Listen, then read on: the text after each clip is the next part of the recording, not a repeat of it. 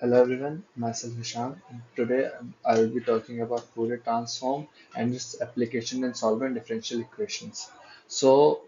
If I talk about Fourier transform, it helps us in breaking down signals into its frequency components, which helps us to analyze complex systems.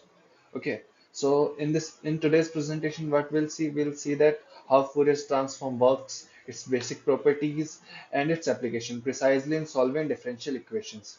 So let us start with with the basic understanding of Fourier transform. Okay, so what exactly is Fourier transform? Uh, if in simple words, we can say that Fourier transform is a mathematical tool which helps us to transform a non-periodic function in time domain into a function in its corresponding frequency domain. Okay, or in other words, we can say that it is a tool to break a function into a sinusoidal form characterized by sine and cosine terms. Okay, so Fourier transform helps us to understand the concept of heat conduction, wave propagation, digital signal processing, image processing, filtering, and many more things. Okay, mathematically, Fourier transform is given by f omega is equals to integral of minus infinite to infinite f of t into e raised to the power minus I omega t dt, where ft is any function represented in its time domain, omega is angular frequency, and the exponential term helps us to decompose the time signal into its sinusoidal. Now there are few conditions that FT must satisfy for the Fourier transform to work properly. Okay, so what are these conditions? First condition is the function must be piecewise continuous in every finite interval. Okay, and the next condition is it must be absolutely integrable, meaning that the integral of absolute value of f of t over all the time should converge to a finite value. Now the next thing that comes to our mind is why Fourier transform. Okay, so one of the main reasons is that many physical processes and signals, especially complex ones, are easier to analyze in the frequency domain rather than in the time domain. Okay, so now if we look at the slide, we see that there is a function given ft and its plot in time domain. Then its Fourier transform to give its plot in frequency domain. So now if we look at the time domain part of the time domain plot, we see that the main output and the unwanted noises signal are overlapping on each other, which makes it hard for us to differentiate between both of them. So now we do the Fourier transform of time domain part, and now if we look at the frequency domain part, we see that we can easily differentiate between its main output or and its unwanted noise, which makes us easier to finally extract the core output which we wanted from our signal. Also, Fourier transform isn't something just that is just limited to maths and physics. It's also used in fields like image processing, where it helps us to enhance images, remove voices, or compress data. So if I want to summarize this particular slide, we can say the Fourier transform provides a way to simplify complex problems, make signal processing much easier, and has application in wide variety of fields ranging from physics to engineering and even data science. Okay, now that we have looked at the Fourier transform, let's discuss the inverse Fourier transform. This operation allows us to go back from the frequency domain to the time domain. Okay, while the Fourier transform takes a signal ft from the time domain and transforms it into its frequency domain, the inverse Fourier transform does the reverse. Okay, it converts the frequency domain function back into its original time domain. Mathematically, the inverse Fourier transform is given by the formula f of t is equals to 1 upon 2 pi integral minus infinite to infinite f of omega e to the power I omega t d omega. In this equation, f of omega represents frequency domain function, and the exponential term e raised to the power I omega t is used to reconstruct the original time domain signal by summing up the contribution of all the frequencies. And the next thing is its condition. Okay. So one of the main conditions for applying the inverse Fourier transform is that the original signal must satisfy Dirichlet condition, which ensures the Fourier series converges and the transformation is valid. Now the next question is why inverse Fourier transformation is important. It is important because it allows us to switch back and forth between domains. For example, if we have processed or filtered a signal in the frequency domain, we can use the inverse transform to convert it back into its time domain function for further analysis or world real world applications. Okay, now the next topic is Fourier transform properties. Here I have listed the important properties of Fourier transform such as linearity, time shift, frequency shift, uh, convolution, time reversal, time scaling, multiplication in time, differentiation in frequency, modulation, duality property, conjugation. Believe me, all of these properties are very important. But I'm sorry, I wouldn't be going into detail here, but you can go through each of these in the upcoming slide where they are presented clearly. Feel free to stop the video and review them at your own pace.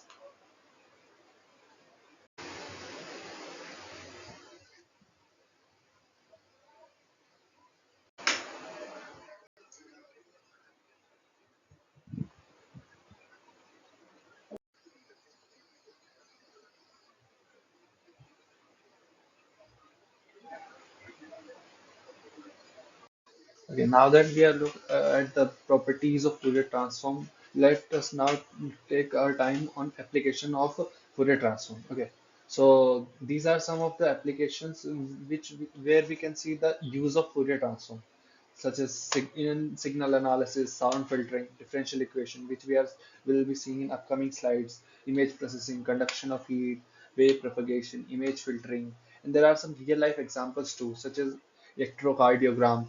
And another one is when a musician plays rags, what he does is he actually play them in time domain, but frequency is more important for him because what we are hearing is actually the frequency of the music rather than its time.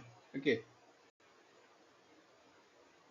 Okay, before going into the relationship between differential equation and Fourier transform, let us take some time and recap our concepts of differential equation. So, a differential equation is an equation containing the derivative of one or more dependent variables with respect to one or more independent variables. Okay, if you consider example dy by dx is equals to 2xy, here you will see that x is an independent variable, whereas y, which is completely dependent on variable x. So we can consider it as a differential equation. Okay. Okay, now let's discuss the types of differential equation. Basically, they are categorized in two parts, that is ODE and PD, where ODE stands for ordinary differential equations and PD stands for partial differential equations. If I talk about ODE, ordinary differential equations involve functions of a single variable and their derivatives. They're called ordinary because they deal with functions of one variable oftentimes. For example, if we consider this example, dy by dx plus 5y is equals to ex. Here you will see that there is only one single independent variable, that is x. Okay. Now on the other end, if we talk about PD, okay, PD partial differential equation involves function of multiple variables and their partial derivatives. These equations are essential for modeling more complex systems that depend on more than one independent variables such as time and space. Okay, we can look at the example partial derivative of du with respect to partial derivative of y is equals to minus of partial derivative of v upon partial derivative of x, where there are two independent variables, that is y and x, and there are two different dependent variables, that is u and v. Okay. Now let's take a look at applications of ODE and PD in physics. If we talk about ODE, we can see Newton's law of motion and simple harmonic oscillator. And whereas if we talk about PD, we can see wave equation and heat equation, that is very popular. Now that we have seen basics about Fourier transform and differential equations, let us take some examples of differential equation of ODE and PD, and using Fourier transform, let's try to find the solutions of all those equations. Okay, everyone. Now we have given the question as find the solution of the ODE, that is ordinary differential equation, that is given by minus d square u upon dx square plus a square u is equals to f of x, right? Where x belongs to minus infinite to infinite, right? So we will solve it by taking Fourier transform on both sides of the given equation. Okay. So taking Fourier transform of the above equation from both sides, we get minus of f of d square u upon dx square plus a square of f times u is equals to Fourier transform of fx, right? Now we have seen some of the basic properties of Fourier transform, and we can use one of them here, that is differentiation in time, right? And it is stated as f of n times x is equals to minus I omega raised to the power n f of omega, right? We have seen this property with it is given as differentiation in time, right? So now we have seen this property. Now now suppose we are considering for Fourier transform of u of x, we can consider it as u of alpha, and Fourier transform of f of x, let's say it is f of omega, right? So using these conditions and the above differentiation in time, we can write the given equation as minus I omega square u of omega, right? Plus a square u of omega is equals to f of omega. I hope you all understand how I'm getting this equation, right? So after simplifying this equation, we will get u of omega is equals to f of omega times upon omega square plus a square. Okay, uh, we did nothing till now. We just take Fourier transform of both sides, then use the basic property of Fourier transform, and we just apply them together, and we are getting the u in its frequency domain, right? But we want u in its time domain. That is, we want u of x rather than rather than u of omega. So we know that we can do this from this using Fourier transform, right? And we can send this from here using inverse Fourier transform, right? Okay, so we can write u of x is equals to inverse Fourier transform of f of omega times 1 of 1 upon omega square plus a square, right? And okay, we will now will use another basic property of Fourier transform, that is convolution theorem, right? And according to it, we can say that inverse of f of any two function in its frequency domain is equals to convolution of f of both these function its in its time domain. Okay, which we can also write as f inverse uh, f of omega times the convolution, sorry, f inverse of g of omega, right? So let's say g of x, Fourier transform of g of x is equals to g of omega, which let's say that, and this is equals to 1 upon omega square plus a square. Now therefore we can write g of x, that means g in its time domain is equals to f inverse 1 upon omega square plus a square, that that will equate to 1 upon a pi upon 2 e raised to the power a into mod of x. You will get this by using simple Fourier transformation, Fourier transform. Okay. Now putting all these together, we'll get u of x is equals to f inverse f of omega times 1 upon omega square into plus a square. And using convolution property,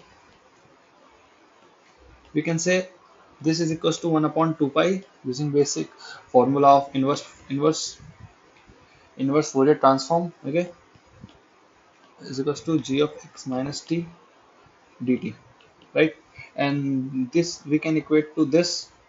So we are getting u of x is equals to 1 upon under root 2 pi integration minus infinite to infinite f of t into 1 upon a under root pi by 2 e raised to the power minus a into mod x dt. right? So which we can simplify to 1 upon 2a integral of minus infinite to infinite f of t e raised to the power minus a times x minus t, okay, dt. This is equals to u of x, right? So now we are getting, this will be our final solution of differential equation. We can simplify it more if we are given with fx, which is not available in the given. If you'll see the given question, we are getting f of x, but if we are getting any function of x, put it put it here and then simplify it further, and we'll get the final solution of u of x. Okay. So what we have some let me summarize what we have seen in the given position. That is, first we discuss about basics of Fourier transform and why Fourier transform is used, then its properties, then its application. After that, we see about something. We just take a quick recap of differential equation, and after that, we use an example to show how we can use Fourier transform in the solution of differential equations. I hope you all liked my presentation. Thank you very much.